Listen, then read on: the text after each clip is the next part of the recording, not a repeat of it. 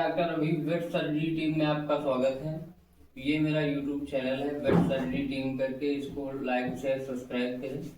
आज जो हम बात करने वाले हैं हेल्थी काऊ, जो जानवर हेल्थ होता है, हेल्थी काऊ होती हैं जिसमें कोई रोग नहीं होता है, उसका जो है क्या दिनचर्या होती है, उसमें क्या क्या हमें देखना होता है, और फिर आगे चलते जो अनहेल्दी काऊ होंगे उनके बारे में हम बताएंगे, उनमें कौन कौन से सिम्टम्स आते हैं।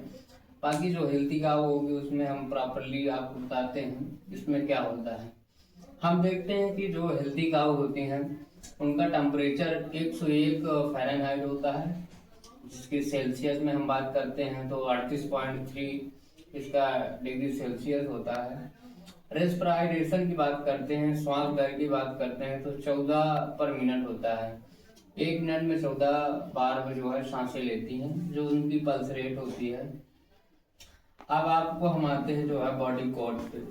बॉडी कोट अगर देखते हैं तो कहीं कहीं ऐसा देखने को मिलता है कि कोई हिस्सा बहुत जो है गर्म होता है, और कहीं पर ऐसी होती लिम्फ नोड होती हैं, कई सारी दिक्कतें होती हैं जो उनको जो है हमें पहचानना होता है।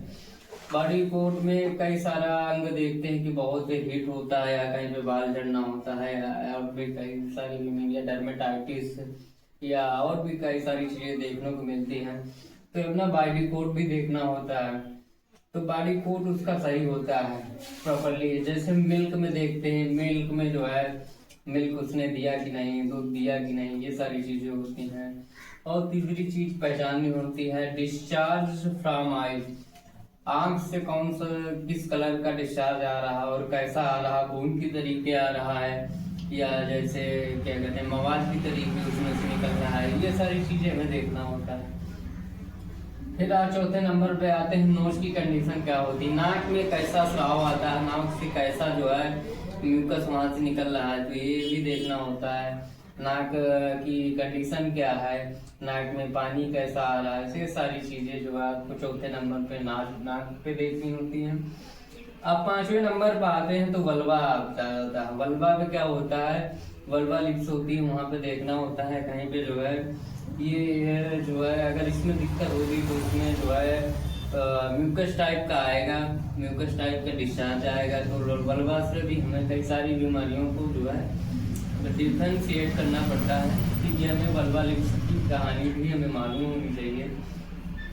फिर आगे चलते हैं तो हमें पता चलता है डायरिया, जानवर का पाचन तंत्र कैसा है, ये कैसे जो है पाचन क्रिया करता है, इसके बारे में जानकारी लेते हैं। पाचन क्रिया कैसे करते हैं, और फिर कास्टिपेशन के बारे में भी देखते हैं, कास्टिपेशन कैसा है, पेट पूरी तरह सही है या नहीं है, लैम्बिनेस के बारे में जानकारी लेते हैं। तो ये प्रॉपरली जो है स्वस्थ पशु की बहुत सारी जो है सिस्टमेटिक, या तो हम 5-6 नंबर बता रहे हैं, ये सारी चीजें देखना होता है। कि अगर देखते हैं तो प्रॉपरली जो है हम पहचान जाते हैं कि ये जानवर पूरी तरह स्वस्थ है।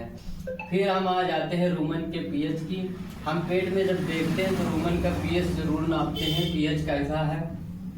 फिर हम जो है किसान से या पशुपालक से ये भी बात करते हैं, प्रेगनेंसी मंथ काउंटिंग करते हैं, ये किस मंथ में जानवर प्रेग्नेंट हुआ है, कितने मंथ का हो गया है, या कितने मंथ पिछले पार्चुरेशन किया, बच्चा कितने दिन पहले डाला है या दिया। तो ये सारी चीज जानकारी लेते हैं प्रेगनेंसी मंथ काउंटिंग में। आपको हम सबसे बड़ी बात बताते हैं nutrition in present diet. Nutrition in present diet में है वर्तमान में इसका पोषण कैसा चल रहा है, कौन सा हरा चारा चल रहा है, कौन सा भूसा चल रहा है, या सूखा चल रहा है। तो इसके बारे में किसान या पशुपालक से जानकारी हम लेते हैं, फिर उसको जांचते हैं और उसमें जो है बात करते हैं। तो भी हमें कई सारी बीमारियों को जो है डिफरेंशिएट में करने में बहुत सारी हेल्प मिलती है। तो ये सारी चीजें आपको हेल्दी काऊ के बारे में हमने बताया है, ये स्वस्थ जानवर के बारे में बताया है। अब आगे चल के हम अनहेल्दी जानवर के बारे में कई सारी बीमारियां इंगित होंगी जो हम तुमको बताते रहेंगे। बस इस वीडियो को यहीं से खत्म करते हैं।